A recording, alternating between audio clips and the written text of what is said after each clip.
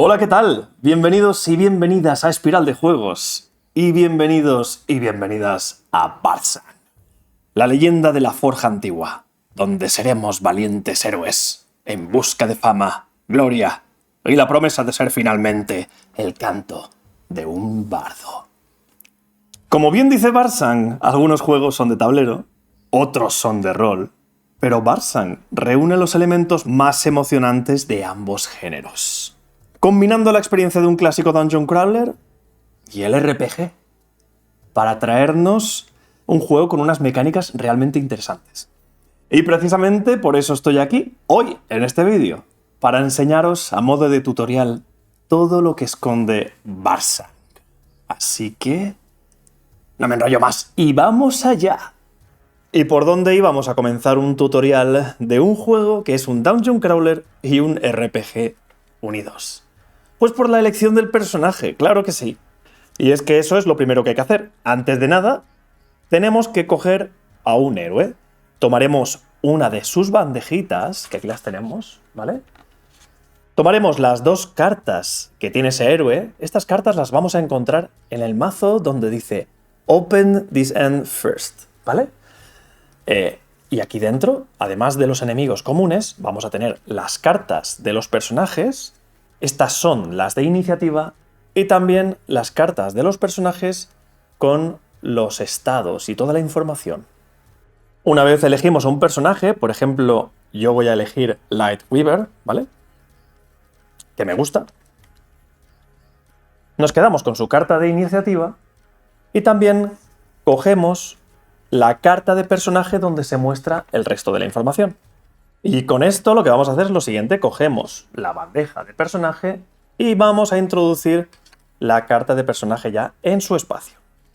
Apartamos a un lado la carta de iniciativa y vamos a ver lo que la carta del personaje tiene que decirnos, ¿vale?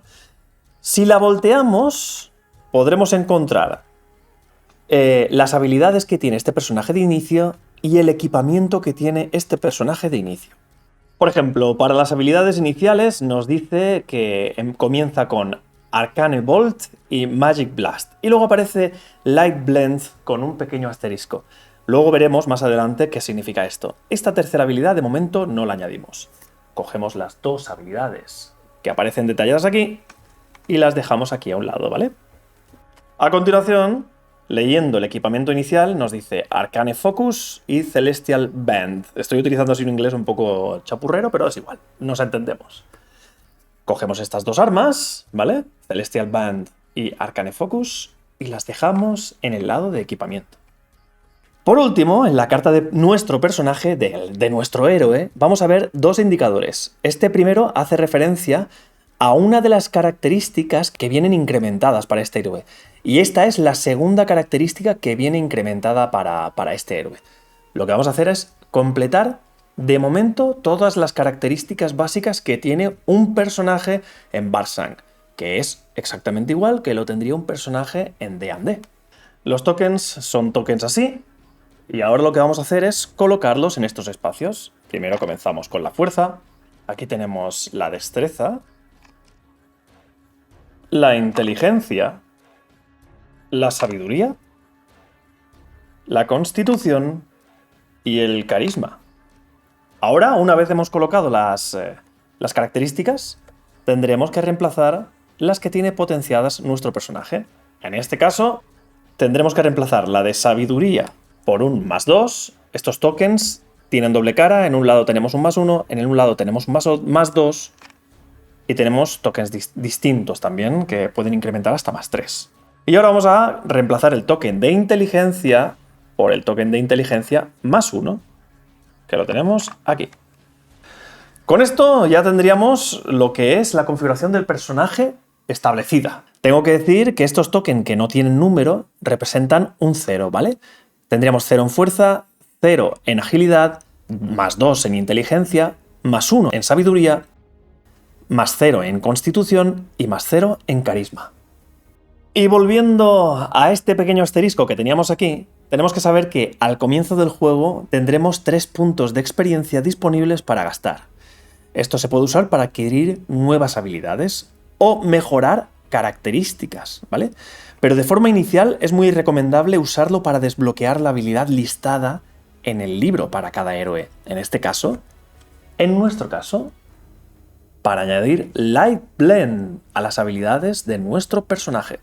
Muy bien, pues con esto y la carta de iniciativa, que es la que no tiene doble cara, ya estaríamos listos para comenzar con la preparación de la partida.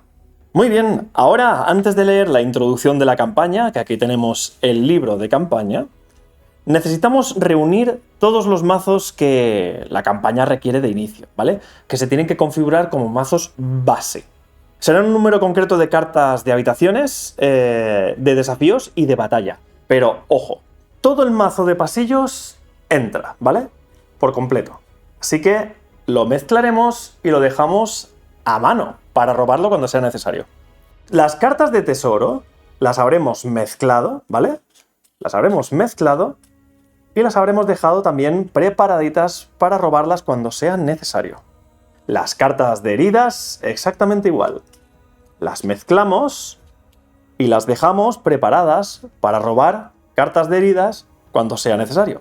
Y ahora sí, cartas de habitación, vamos a coger del R1 al R13.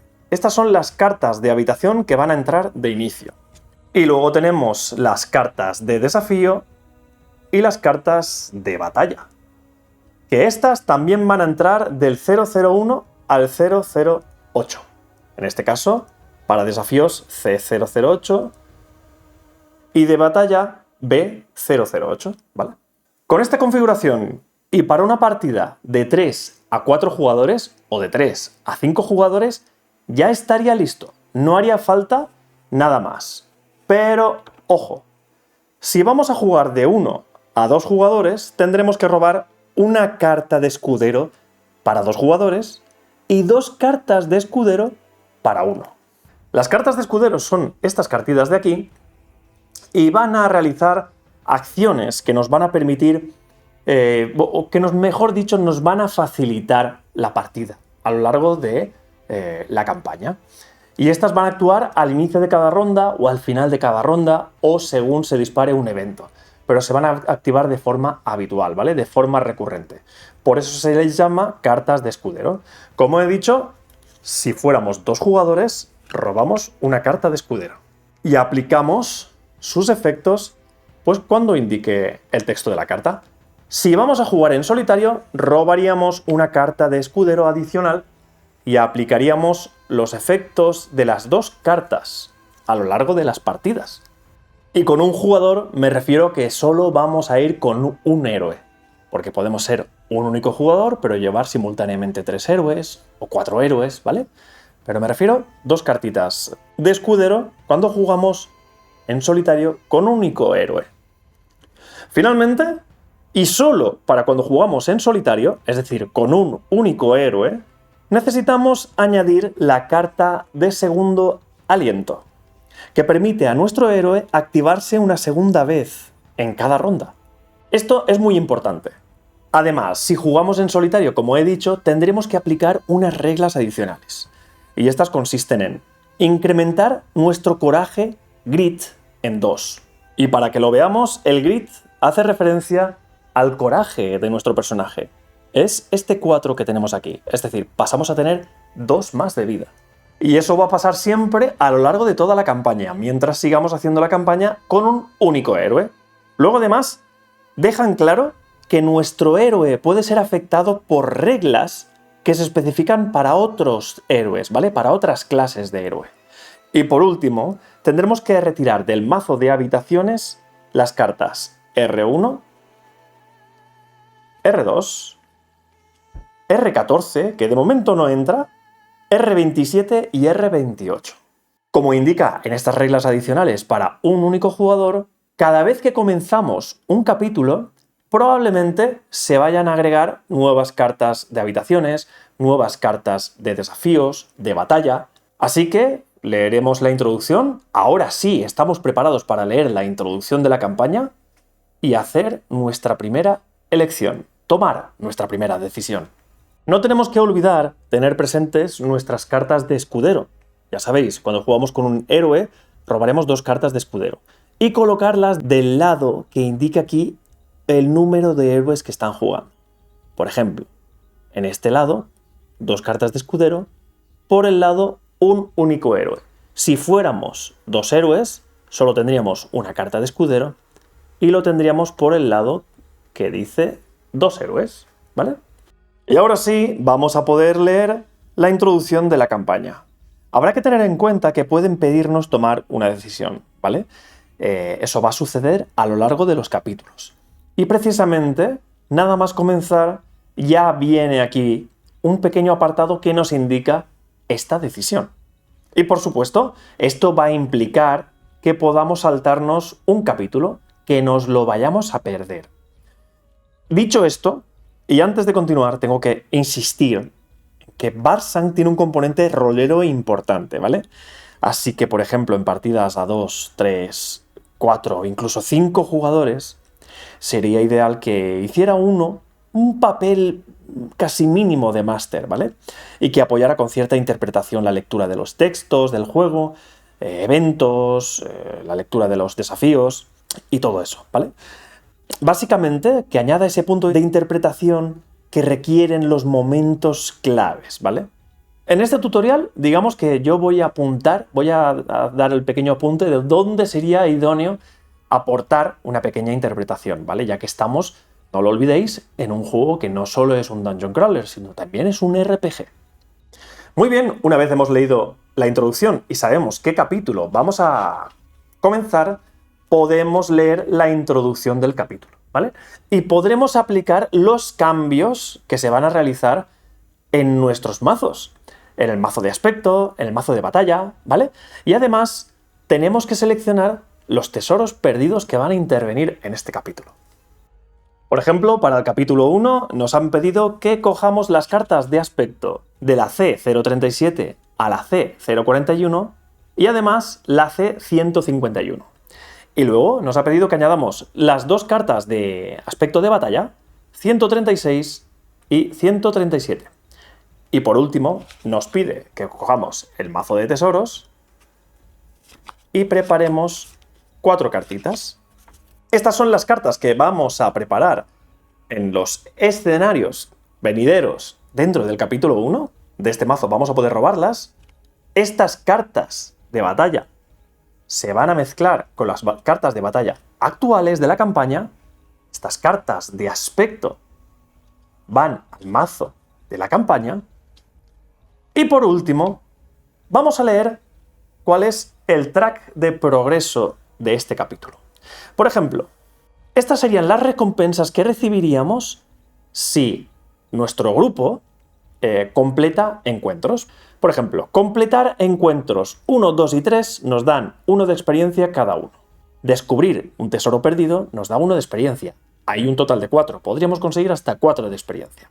Y completar el capítulo, 3 de experiencia, ¿vale? Más adelante vemos cómo gastar esa experiencia y en qué fase se hace. Además de la carta de habilidad que hemos añadido al principio en nuestro personaje. Aquí a la derecha vamos a encontrar lo que se llama el mapa del capítulo. En primer lugar, veremos estos espacios denominados nodos.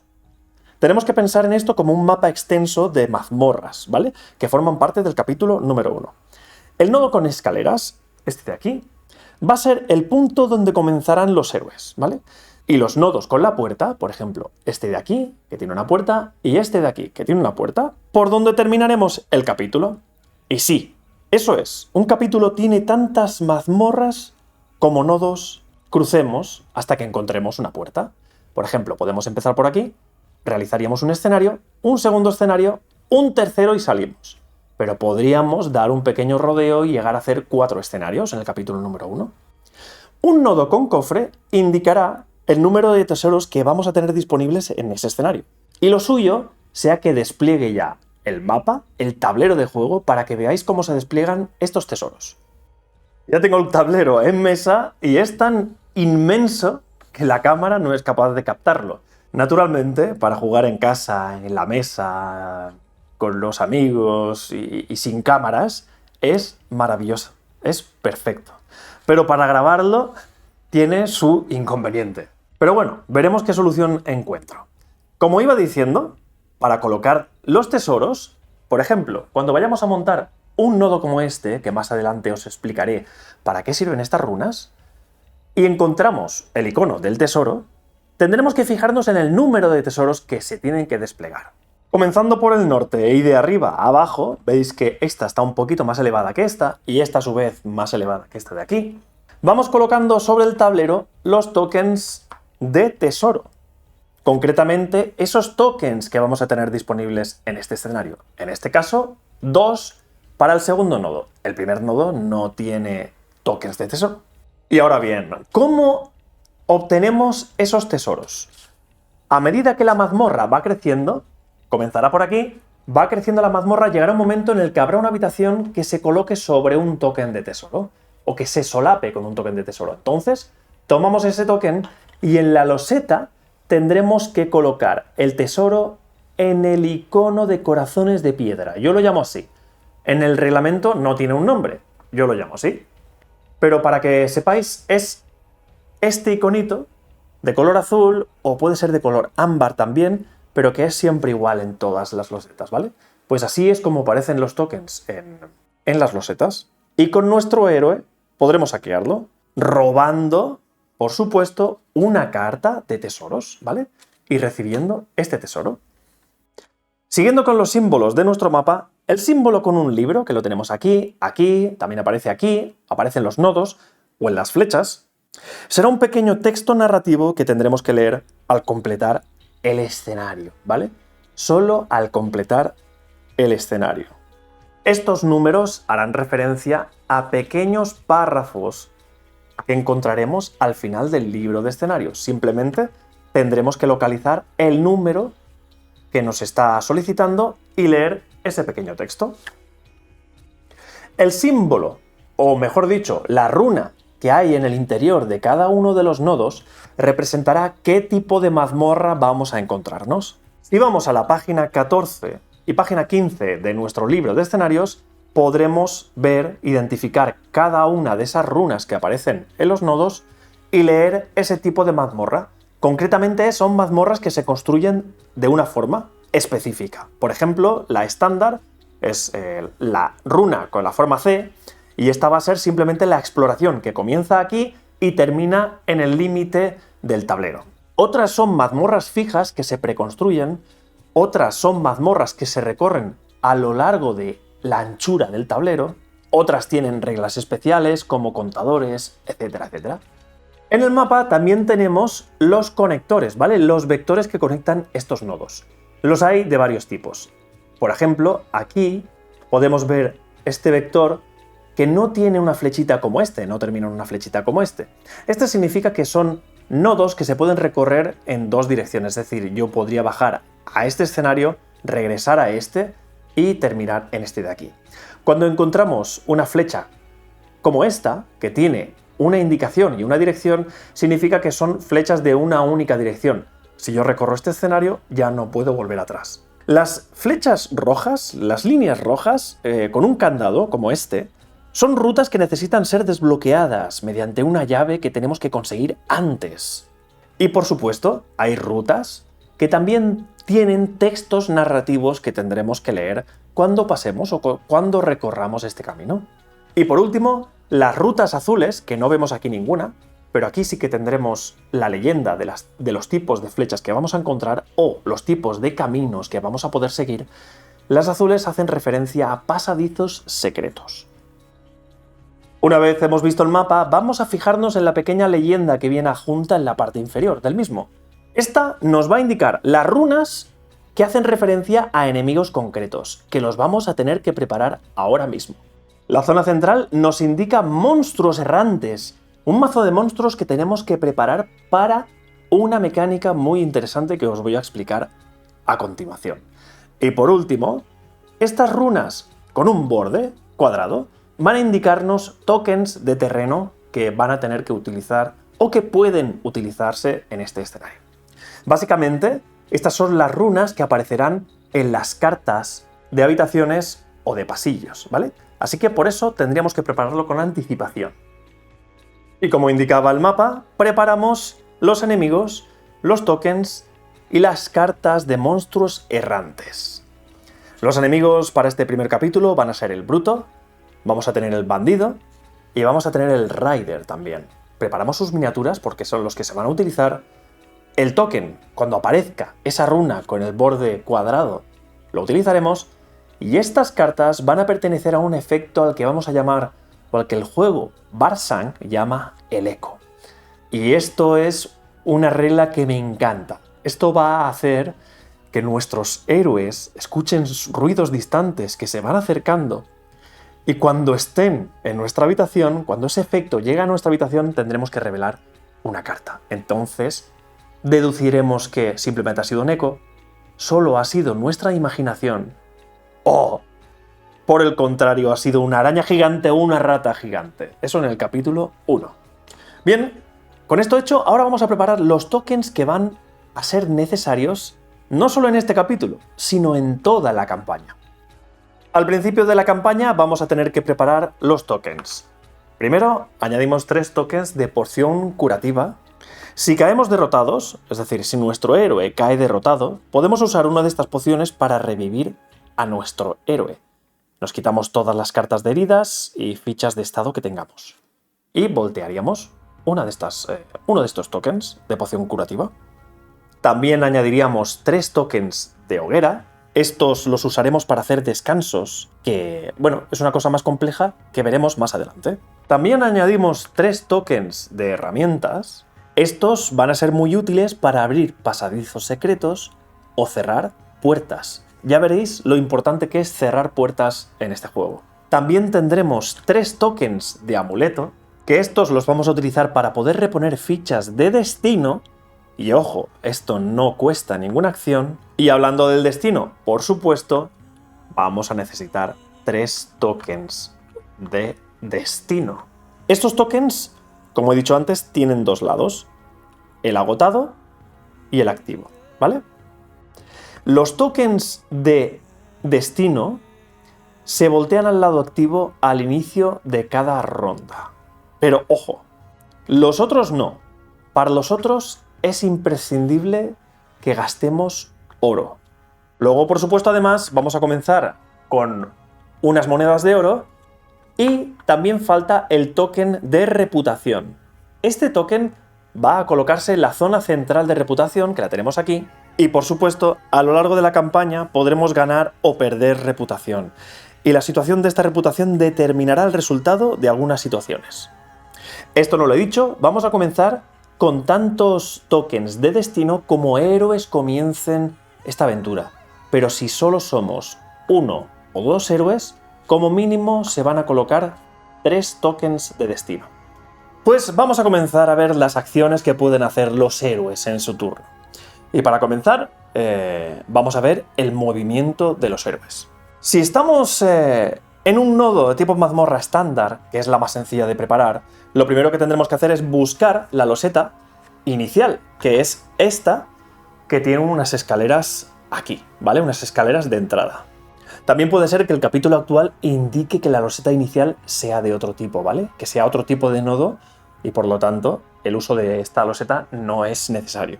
Una vez hemos colocado la loseta, lo que tendremos que hacer es colocar nuestro héroe en el espacio donde aparece la escalera.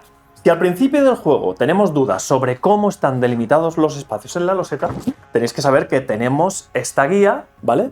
Que nos va a indicar, nos va a guiar en esto. Esta guía muestra las delimitaciones, dónde están las puertas, dónde están las conexiones, dónde están los espacios de aparición, ¿vale? O como yo lo llamo, los corazones de piedra. De hecho, aquí dice Spawn Point, punto de aparición. Esta guía es muy útil, sobre todo al principio. Más adelante ya habremos aprendido cómo se reparten los espacios. Aquí ya sabes que hay un espacio aquí, hay un espacio aquí, un espacio aquí y un espacio en la escalera. Después de preparar la loseta inicial y la miniatura, lo que tendremos que hacer es preparar el orden de marcha. Como estamos en solitario, cogemos Second Wind, cogemos la carta de iniciativa de nuestro personaje y las mezclamos boca abajo, ¿vale? Y las repartimos en este espacio de abajo. Bueno, podemos hacerlo aquí. Si hubiera más héroes, pues más héroes que se reparten en el orden de marcha. El objetivo en este tipo de mazmorras va a ser alcanzar el límite del tablero. Por ejemplo, tal que así. Así habríamos alcanzado el límite de este tablero. Entonces, una vez nos encontramos en la loseta final, tendremos que localizar el token de las escaleras, que es este de aquí y siempre es el mismo, y se colocará sobre el icono de aparición, el spawn point o los corazones de piedra. Cuando un héroe esté situado en el mismo espacio, podrá huir y habrá terminado el escenario. El resto podrán seguir enfrentándose a los enemigos hasta haber alcanzado este punto. Básicamente, así es como se termina un escenario con un nodo tipo C o con la runa tipo C, que es la más básica, la más estándar. Es llegar al límite del tablero. Llegados a este punto, una vez se termina el escenario, leeríamos el pasaje de conclusión del escenario, si lo hubiera, y emprenderíamos un nuevo camino.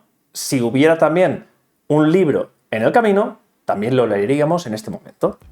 Muy bien, pues vamos a ver la acción de movimiento, comenzando por el primer héroe. Siguiendo el orden de marcha que se ha establecido, cada héroe puede hacer hasta 2 acciones, pudiendo repetir acción, ¿vale? Las acciones disponibles son mover, usar una habilidad o explorar. Vamos a comenzar viendo el movimiento, como he dicho. Ya hemos visto los espacios por los que están separados las losetas, ¿vale? Sí que aprovecho para decir que están de una forma muy sutil. Por ejemplo, en este espacio no es tan fácil verlo. Aunque yo ya estoy acostumbrado, aquí veo un espacio, aquí veo un espacio, otro espacio, otro espacio, otro espacio, y en el centro hay otro. Pero como digo, recurrid al principio a la chuleta para que no haya ningún problema a la hora de distinguir esos espacios. Como digo, si un jugador decide hacer una acción de movimiento, podrá mover a su héroe tantas zonas adyacentes por losetas ya exploradas como el número que se muestra en la velocidad de la carta del héroe, que es el número que vemos aquí, el de los pasitos. Es importante, digo ya exploradas, es decir, podría moverme con mi personaje hasta podría moverme hasta aquí, una zona, 2 zonas, estos son 2 espacios, aquí hay un portal, pero hay 2 espacios porque están separados por el propio portal. Entonces, en esta loseta hay 2 zonas solo, ¿vale? Yo podría moverme aquí, primer movimiento, pero segundo movimiento, tal cual indica la capacidad de movimiento de mi personaje. Y como digo, ya exploradas porque explorar es otra acción, ¿vale? O sea que el movimiento implica que sean por zonas y losetas ya exploradas. En las zonas no hay límite de miniaturas, ¿vale? Es decir, yo podría estar compartiendo espacio con tantos enemigos como fuera posible, ¿vale? Pero no hay un límite de miniaturas por espacio. Y ahora que vemos enemigos en este espacio, tengo que decir que para el movimiento, los héroes solo tienen que cumplir con una condición. Si un héroe quiere salir de una zona con enemigos, el héroe tiene que sufrir un golpe de huida. ¿Y qué es esto del golpe de huida? Pues para resolver esta circunstancia tendremos que hacer una tirada de acción. Y una tirada de acción consiste en lanzar un D20, por supuesto. A esta tirada de acción lo que ocurre es que se le suma nuestro valor de defensa. En este caso mi personaje tiene un 0, ¿vale? Es un personaje muy débil. Entonces tendría que hacer una tirada de acción, un 20 de Barsak, más la defensa, que es un 0 como una casa, pero aún así he sacado un 20. En este caso ni siquiera muestro la carta porque un 20 siempre se considera un éxito. Pero como estamos hablando de un bandido, el número objetivo es un 9. Si habría sacado un 9, me habría movido igualmente. Si habría sacado un 7, por ejemplo, no habría podido moverme y habría finalizado mi turno, ¿vale? No podría seguir realizando acciones. Muy bien, ahora vamos a ver qué sucede si hay más enemigos en un espacio que héroes. Pues básicamente que tendremos que coger 2 de 20, hacer una tirada de desventaja. Eso significa que de los 2 resultados me quedo con el peor. Un 11, un 1, este será con el que me quede. Por lo tanto, fracaso en el movimiento y terminan todas mis acciones. Pero si por el contrario hubiera más héroes que enemigos, haría lo mismo, tiraría 2 de 20, pero lanzaría con ventaja. Por lo tanto, entre un 20 y un 9, me quedaría con un 20. Aunque las 2 me habrían servido para poder moverme. Ah, y eso sí, importante, los enemigos nunca sufren golpe de huida, solo los héroes. Y ahora vamos con las habilidades. nuestro héroe podrá usar una de sus habilidades simplemente aplicando el texto de la carta de la habilidad escogida. Cada carta de habilidad escogida solo puede usarse una vez por turno, por supuesto. Las habilidades de nuestros héroes tienen dos detonantes distintos, activos, como son estos de aquí, y pasivos, como esta de aquí. Las activas requieren que consumas una acción de habilidad para resolverlas, ¿vale? Y las pasivas siempre están en juego y se resuelven cuando se cumple la condición del texto. A su vez, podemos encontrar dos tipos distintos de habilidades activas, que son de talento, que habitualmente son efectos que se aplican tal cual indica el texto, y de ataque, como las que tengo aquí, que muestran un perfil de ataque y nuestro héroe tiene que hacer una tirada de acción usando la característica mostrada. En este caso, para mi personaje será la inteligencia. Si por ejemplo escogemos esta habilidad y fallamos en el ataque, esta ronda ya no podremos volver a utilizarla, digamos que está como agotada. En cambio, si igualamos o superamos el número objetivo, realizando una tirada de acción y sumándole el valor de inteligencia, que en el caso de mi personaje son +2, entonces se considera que hemos golpeado al enemigo y ahora tenemos una oportunidad de hacerle un daño crítico. Así que si por ejemplo yo quisiera utilizar esta habilidad durante mi turno para atacar a este bandido, que tendremos su carta aquí, voy a intentar lanzar un D20, una tirada de acción, para ver si le hago daño. Esto es un 12. Y recordad, tenemos que sumarle la inteligencia, ya que en la habilidad se muestra que le sumamos esa característica.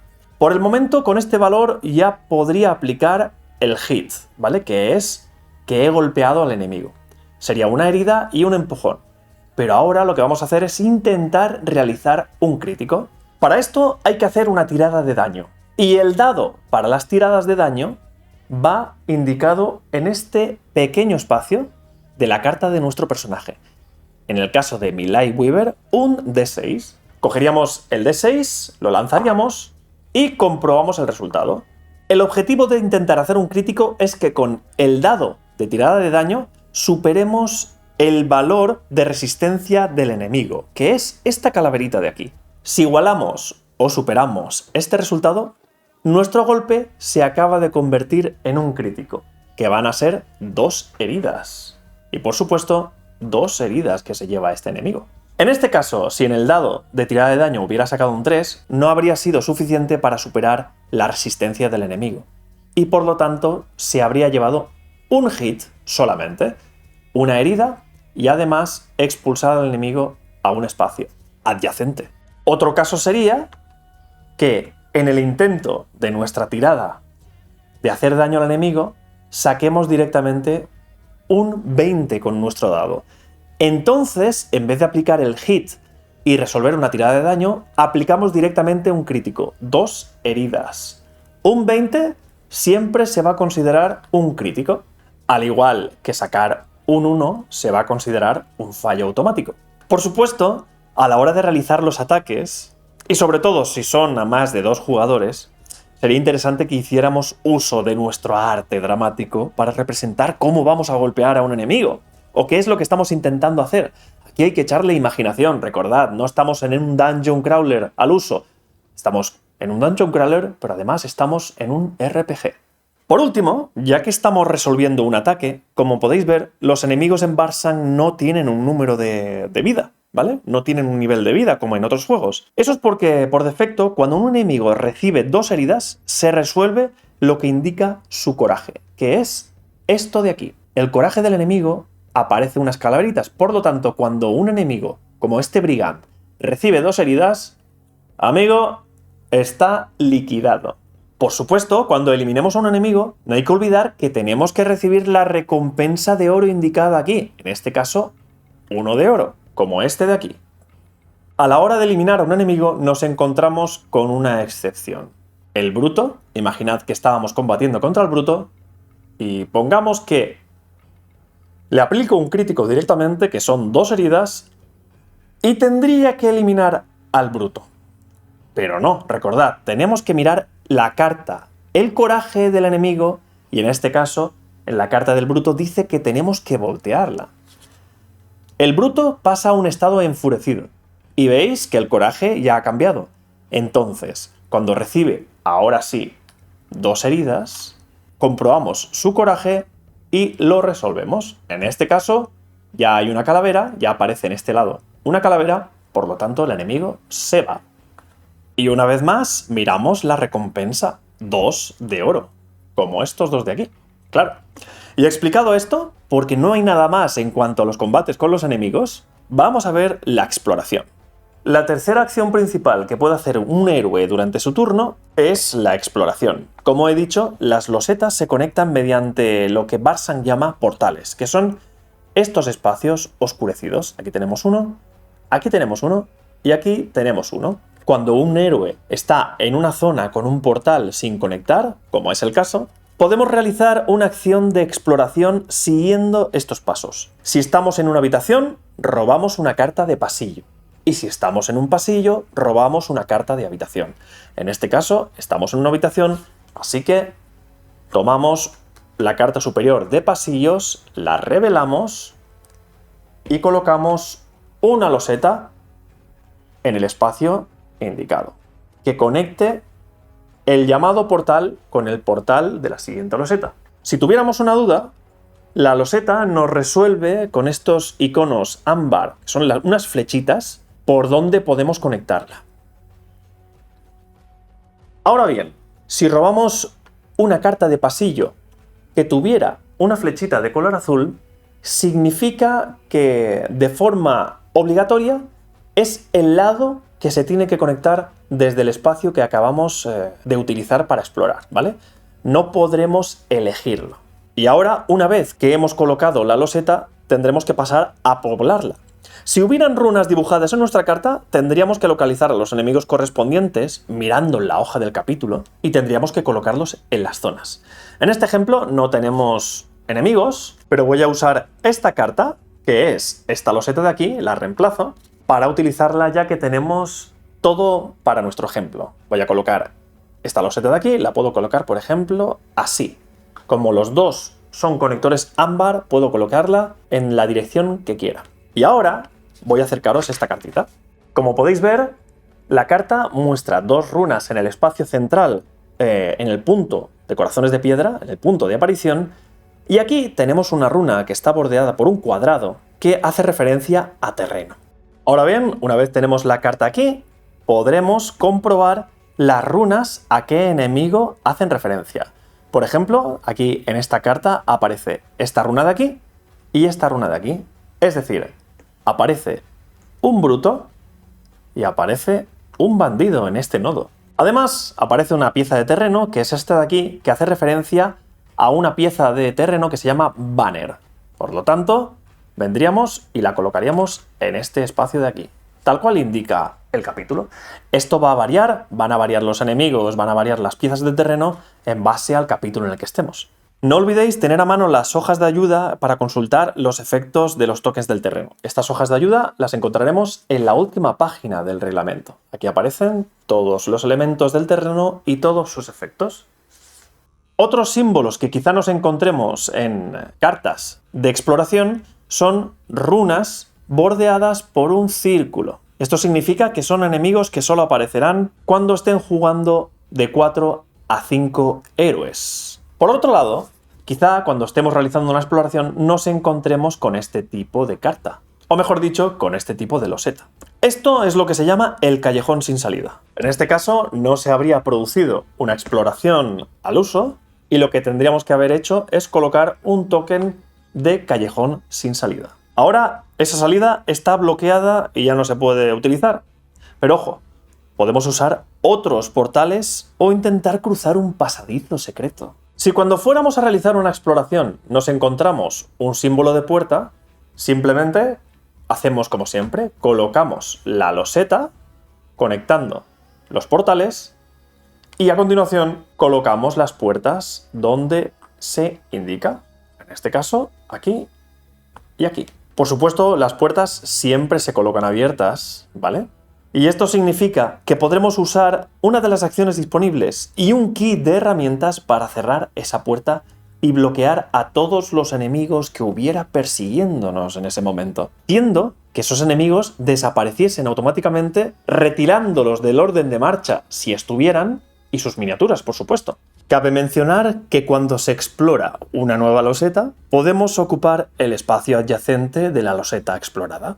Una vez que hemos poblado la loseta, como en este caso, comprobamos si la carta de pasillo o habitación, esta es una carta de habitación, tiene uno de los iconos que hacen referencia a dos tipos de carta de aspecto que existen, de combate o de desafío. Dependiendo de cuál aparezca, robamos una carta de combate o desafío del mazo, en este caso es de combate, y resolvemos el texto que se muestra en ella. Ya sabéis cómo son las cartas de desafío y de combate. Aquí tenemos dos cartas de aspecto, de desafío y de combate. Algunos de los textos que muestran las cartas de aspecto necesitarán que hagamos una tirada de acción. Por ejemplo, en este, el héroe tiene que superar un número objetivo de 13. Si lo pasa, descarta esta carta. Y si falla, y además de fallarlo, ha obtenido un 1 como resultado, sufre una herida. Y entonces aparece una flechita para continuar leyendo los efectos. Por supuesto, yo lo repito, siempre que hablamos de una tirada de acción, significa lanzar un D20. Hay una gran variedad de cartas de aspecto, pero todas tienen en común que abajo a la izquierda tienen una serie de símbolos. Importante, solo resolvemos los símbolos iluminados, en este caso, los dos primeros. Estos son dos símbolos de efecto inmediato, la exclamación. Y esto indica que el texto de la carta se resuelve de forma inmediata y luego la carta se descarta. ¡Ojo! Hay cartas que pueden tener una recompensa en oro. Aseguraos de que la recibís. El reloj de arena indica que el evento sucede con retraso. Pondremos la carta al final del orden de marcha y leemos el texto. En este caso, estas cartas indican en el texto cuándo van a retirarse. Y su condición se cumple mientras estén aquí persistiendo. Por ejemplo, esta dice que para 1 a 2 héroes tendremos que colocar sobre la carta 6 tokens de tiempo. Y además en esta nos indicará qué condición tendremos que cumplir para retirar uno de esos tokens de tiempo. Como he dicho, esta carta va al final del orden de marcha. Las cartas de aspecto con un puntito y un semicírculo en la parte superior, indica que es un efecto sostenido. La carta se queda junto a la loseta que ha revelado la carta de aspecto y sus reglas se aplican hasta que la carta se descarta finalmente o se alcance el final del escenario. Y por último tenemos la bandera. Este indica que se trata de un enfrentamiento.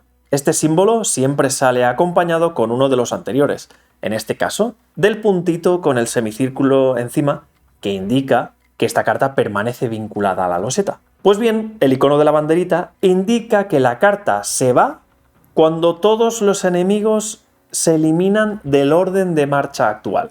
Y recordad una vez más que por resolver cartas de aspecto también podemos recibir oro.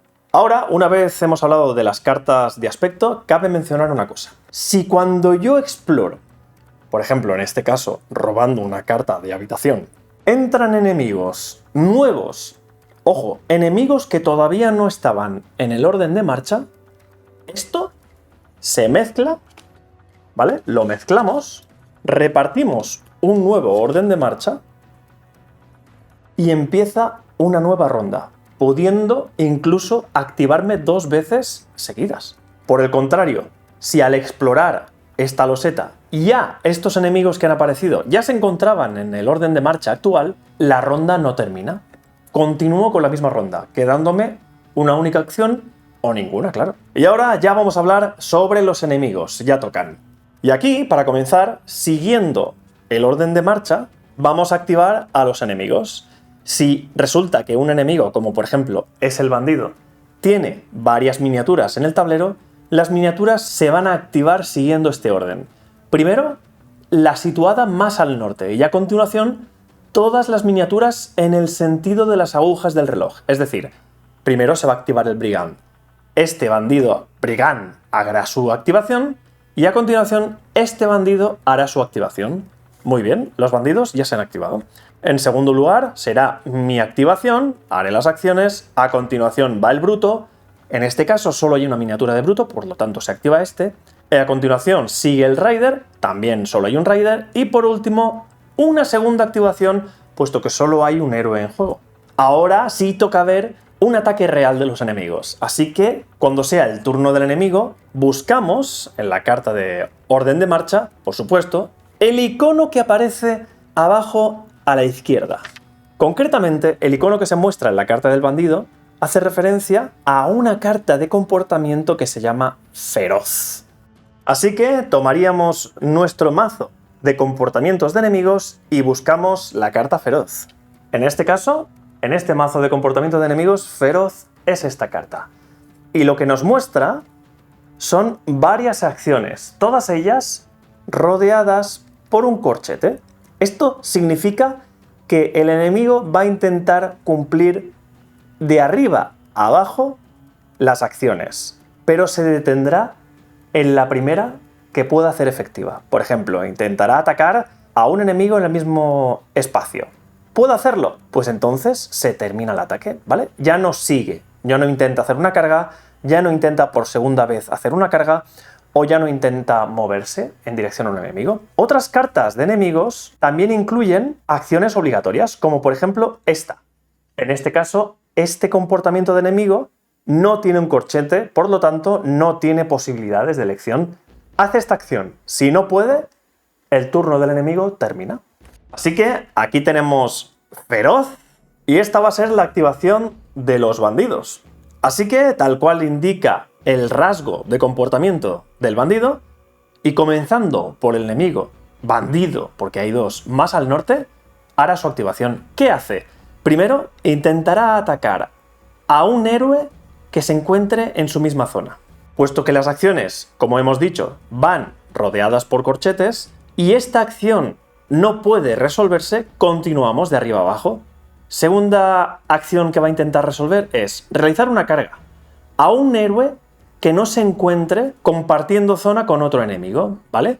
Básicamente es la situación actual. No estoy con nadie, estoy en mi zona sin nadie, por lo tanto, el bandido se acercará y hará una carga. Significará que se moverá tanto como indican su capacidad de movimiento y además atacará. Los enemigos siempre atacan, es decir, el hit siempre se cumple. Cabe dos posibilidades en cartas de enemigos, como el bruto: que nos golpee o que falle. En el caso de fallar, va a suceder de dos formas. Si el enemigo falla su ataque con nosotros, aún así nos empujará. Nosotros no hemos recibido daño. Por el contrario, si somos nosotros los que atacamos al enemigo y fallamos, el enemigo se moverá igualmente. Pero vamos ahora simplemente a ver el ataque de los enemigos. Como hemos dicho, el ataque siempre se produce. Ahora nosotros tendremos que hacer una tirada de acción, ya sabéis, un D20. Simplemente.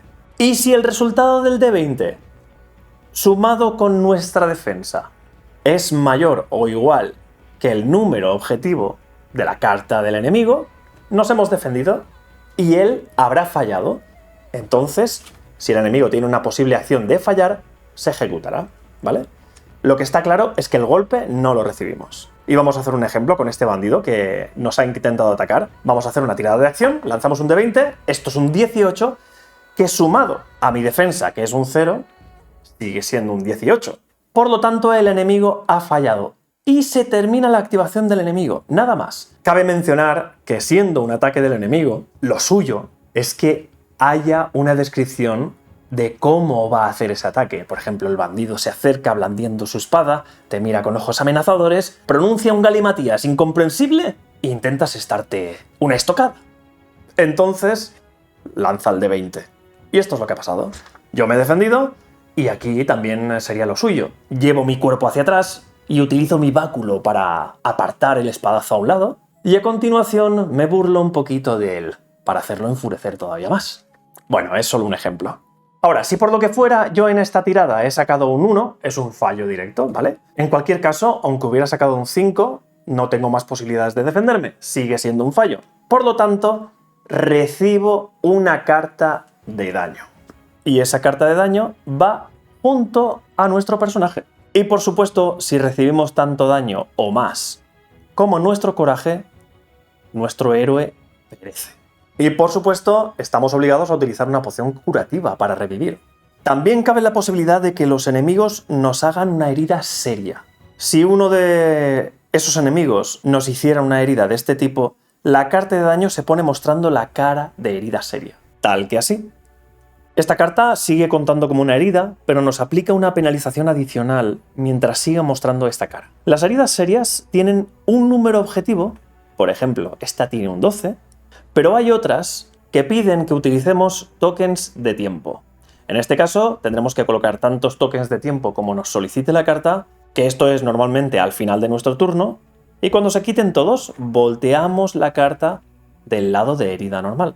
Si fuera una herida seria con un número objetivo, tendremos que hacer una tirada de acción para comprobar si cumplimos con el objetivo marcado.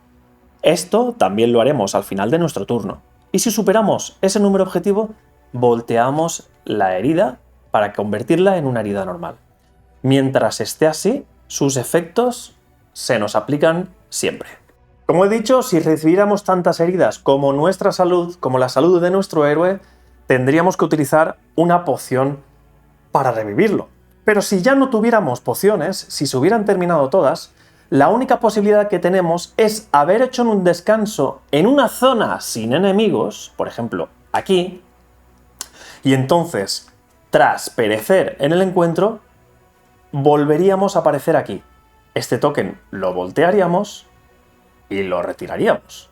Por supuesto, cuando esto sucede, recuperamos toda la salud y todos los tokens de estado. Pero si resulta que no podemos hacer nada de eso, ni tenemos pociones, ni tenemos hogueras, entonces el escenario termina y se acabó. Perdemos todo el oro y pasamos directamente a la fase de mantenimiento, que luego veremos qué es. Los tokens de destino podremos utilizarlos para varias cosas. Podremos activar una habilidad que tiene un coste de un destino, entonces podríamos ejecutar Arcane Bolt, o también podríamos reforzar una tirada de ataque con un D4 y sumarla a nuestra tirada con el D20. Entonces gastaríamos un destino más. Por supuesto, todos los héroes tienen en su carta la forma en la que reponen destino. En este caso, por ejemplo, mi personaje Lightweaver repone un destino cuando al realizar una tirada de ataque saca un lamentable 1. Bueno, es interesante.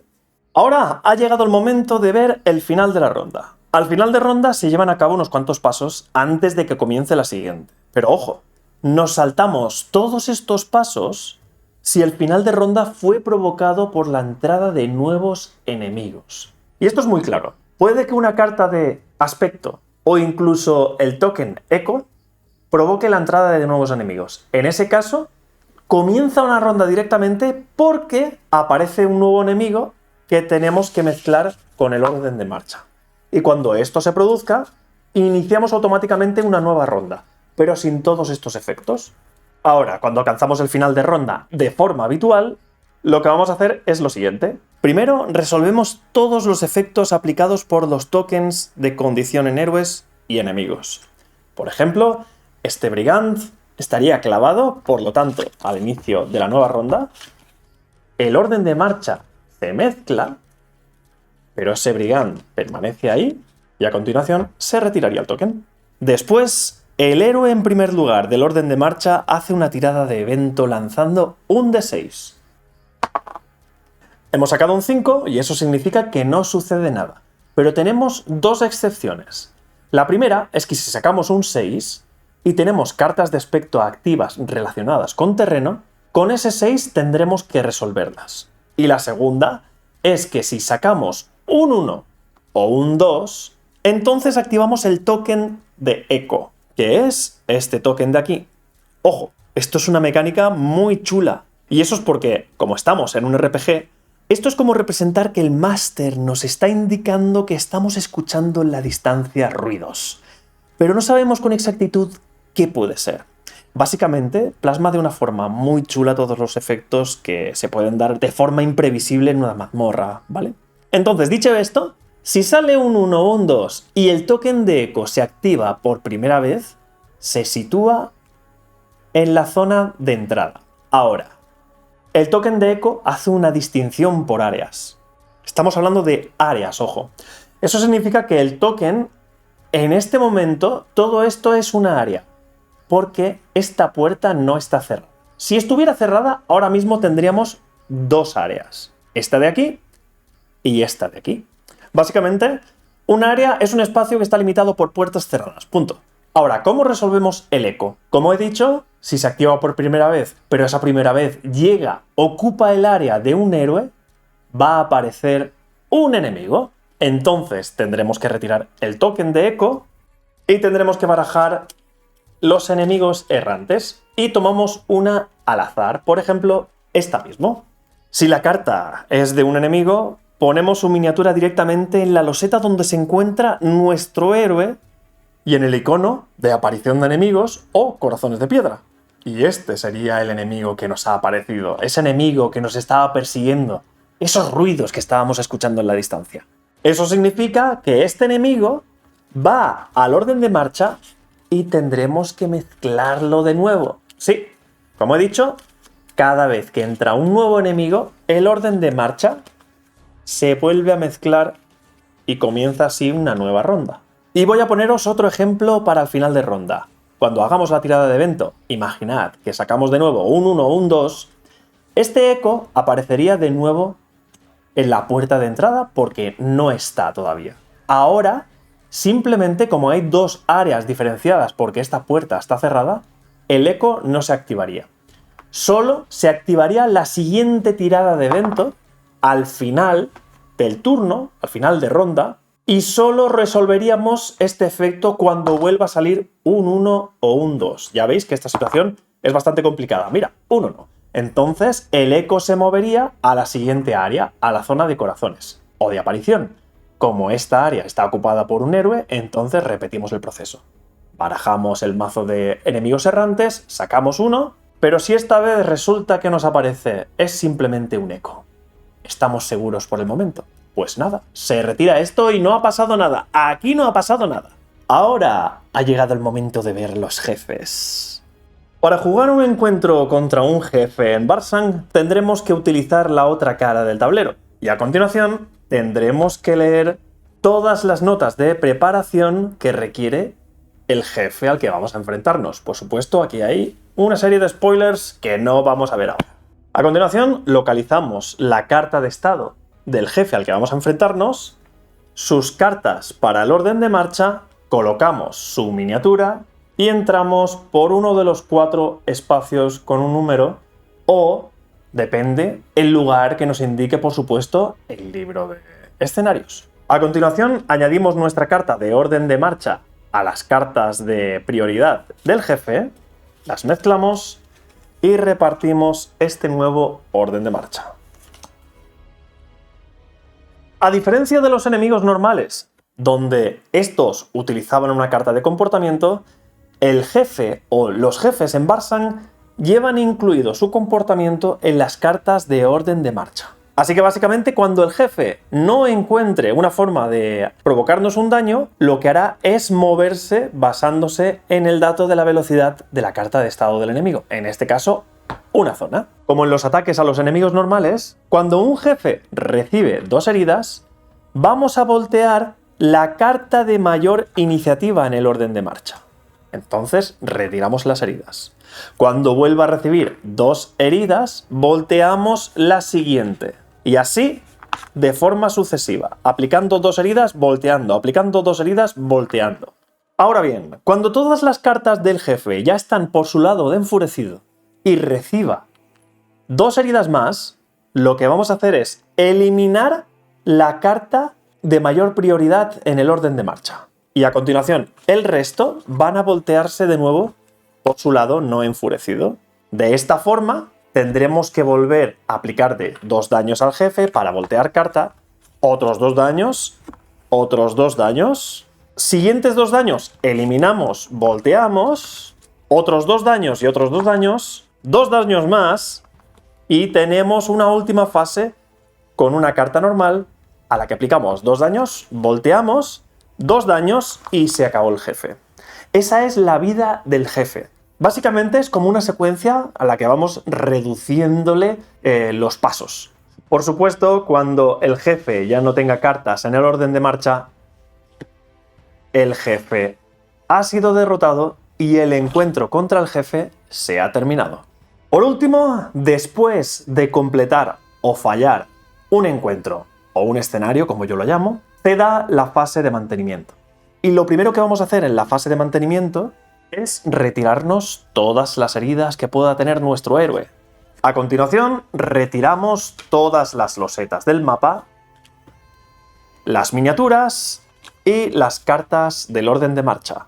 Por supuesto, los tokens de poción, los tokens de encantamientos, los tokens de herramientas y los tokens de hoguera no se voltean. Los que están agotados permanecen agotados. Para esto tendremos que gastar oro en el paso de el oro. En este momento, si tuviéramos algún token de estado que nos estuviera afectando, también lo retiramos. Y aquí es cuando daríamos el paso en nuestra campaña y avanzaríamos al siguiente escenario. Habría que hacer la elección en este momento. Ahora bien, si estamos en la fase de mantenimiento porque hemos fallado el encuentro, todo se resetea. Todo. El escenario, los tokens, todo. Ahora bien, la fase de mantenimiento tiene 3 pasos. El que hemos hecho es el primero. El segundo es gastar el oro que hemos recolectado. Y el tercero, subir los niveles. En esta fase, por ejemplo, podríamos gastar 7 de oro para recuperar un token de herramienta. O también podríamos gastar 10 de oro para recibir un tesoro. Podemos encontrar 3 cartas de tesoro. Ya que hablamos de tesoros, podemos encontrar rubíes o otro tipo de gemas como esmeraldas, como ópalos. Podemos encontrar runas, que también nos ofrecen beneficios. Estos tesoros de rubí, concretamente, podrían servir perfectamente para mejorar una de nuestras armas, añadiendo un +1 a nuestro resultado de dados. Las runas servirían de una forma similar para mejorar nuestras armaduras. Y estos textos se pueden aplicar en cualquier momento de nuestro turno. Por supuesto, estos tesoros, que no son ni gemas ni runas, se les llama consumibles y tienen 2 formas de recuperarse. Por ejemplo, en este caso, cuando lo utilizamos, por este icono se descarta el consumible, pero este puede reponerse gastando 3 de oro en esta fase, precisamente. Si yo gastara 3 de oro, podría volver a recuperar este tesoro para utilizarlo. Ahora vamos con la tercera fase del mantenimiento, que es subir los niveles. En este caso, podríamos gastar experiencia para incrementar las características de nuestro personaje. Si quisiéramos pasar un nivel de 1 a 2, tendríamos que pagar 2 de experiencia. En cambio, si quisiéramos pasar de 0 a 1, bastaría con pagar 1 de experiencia. Por otro lado, también podríamos gastar experiencia comprando nuevas habilidades para nuestro personaje. Incluso podríamos comprar habilidades que pertenecen a otro personaje con 4 de experiencia.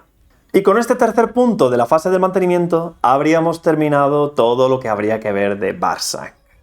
Y estaríamos preparados, por supuesto, para seguir la aventura. Llegar a otro escenario, completar esas misiones y descubrir la historia que esconde este libro de aventuras. Por supuesto, antes de terminar, me gustaría enseñaros que en la BGG tenéis la carta de las propiedades de ataque, efectos de ataque, modificación de tiradas de enemigo, estados y los elementos del terreno traducidos al castellano. Lo tenéis ahí, podéis descargarlo en PDF, imprimíroslo y así lo tenéis a mano, ¿vale? Y nada más, con esto me despido. Espero que lo que os he contado sirva para haceros una idea de qué es Barsang. Y poco más. Yo ya me despido. Hasta la partida de Barsang, que la tendremos, como tiene que ser. Y nos vemos en el siguiente vídeo. Como siempre digo, gracias por estar ahí, gracias por compartir, por darle a like, por suscribirte. Y nos vemos en otro vídeo. Adiós.